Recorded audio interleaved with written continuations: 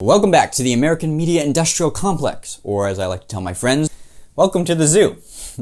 This video comes in two halves, like an ethical monogamous relationship. The first half of this video is the Bustle Layoffs. Also, the ABC, CBS news staffer got shown the door, and that'll be the second part of this video. But let's talk about the Bustle Layoffs, because a lot of people are talking about it. Bustle laid off their books desk. Yes, essentially, if you look at all the blue check marks that were saying, today is my last day, sad news, bon voyage, if you have any gigs, please give them to me, fly them toward me like paper airplanes into my lap, as if that's how the world works. They were essentially book editors, book reporters, senior reporters for Goodreads. This book desk that Bustle apparently had, I don't know, I don't really read Bustle, I don't keep track of Bustle, but apparently they covered lots of books.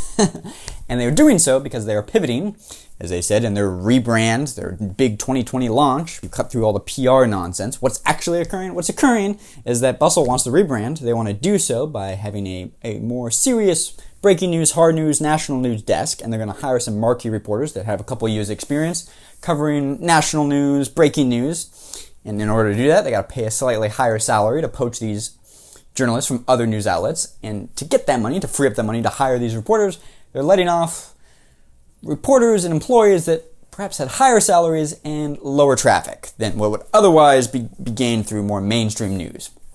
E.g., the books desk. Listen, guys, I know you guys are doing some great work, but not that many people are maybe interested in reading your reviews of books, at least relative to breaking news.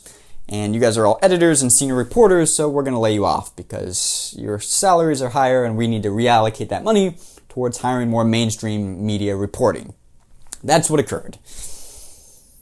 Is it a sad day that people lose their jobs? Undoubtedly so.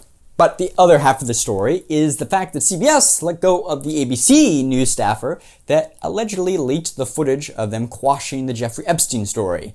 Yes, the ABC News staffer apparently had left ABC News and gotten hired at CBS, and when ABC News figured out who presumably had leaked this footage, the way they did this, I can tell you with pretty accurate speculative guessing here.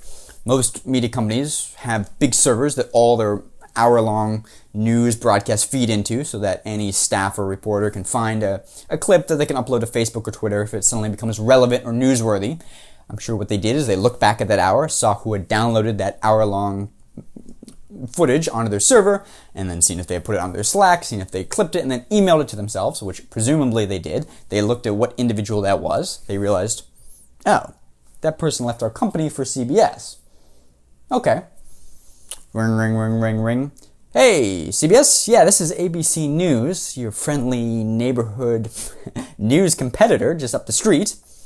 All the American media companies are like within 5 blocks of each other in New York City.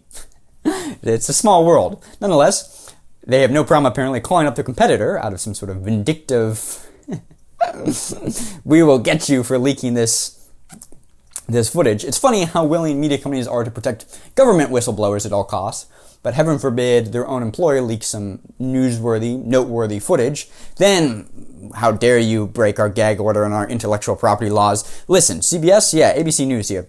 So we determined that the ABC News staffer that leaked this footage is actually working for you guys now. Would you do us a favor and show them the door? Yeah, she needs to go. Yeah, all right, sounds good, ABC News, no problem. Hello, Cynthia. I'm making up a name here. I don't know her actual name. Or maybe I do, and I'm just not going to tell you. Listen, we determined that you were the one that leaked the footage. Yeah, you got to go. I find it hilarious that a competitor is totally willing to do a favor for this on ABC News' behalf, particularly as it's helping ABC News bury their own story. Now, I grant you, CBS could argue, well, how can we trust this employee if they're willing to leak their former employer's presumably intellectual property? Maybe we can't trust them now. It's a reasonable argument, but it definitely helps ABC News bury their own story, and they are the subject of the story. No longer is the media covering the fact that ABC News had a story on Jeffrey Epstein and that they quashed it, and it's no longer a self-critical analysis into ABC News' journalistic and reporting practices and why ABC News chose to not run the story and why they favored getting access to the royal family to run fluff pieces and or worried about defamation lawsuits. No, it's no longer about that, but instead it is about, the media has focused their eye, and the news cycle is now on the CBS news staffer being let go. That is what all the media is focused on. The leaker, this leaker of ABC News footage is being fired from CBS. So I got to give kudos to ABC News here for very deftly redirecting the narrative away from the fact that they kiboshed what should have been a quite interesting news story in favor of access journalism, and instead redirected it towards the poorest employee staffer that has now gotten fired. Good job in redirecting the narrative there and quashing their story and not having to cover themselves. I will give you props, ABC News. You guys are ninjas. Anyway, those are the two halves of the media industrial complex I wanted to talk about today.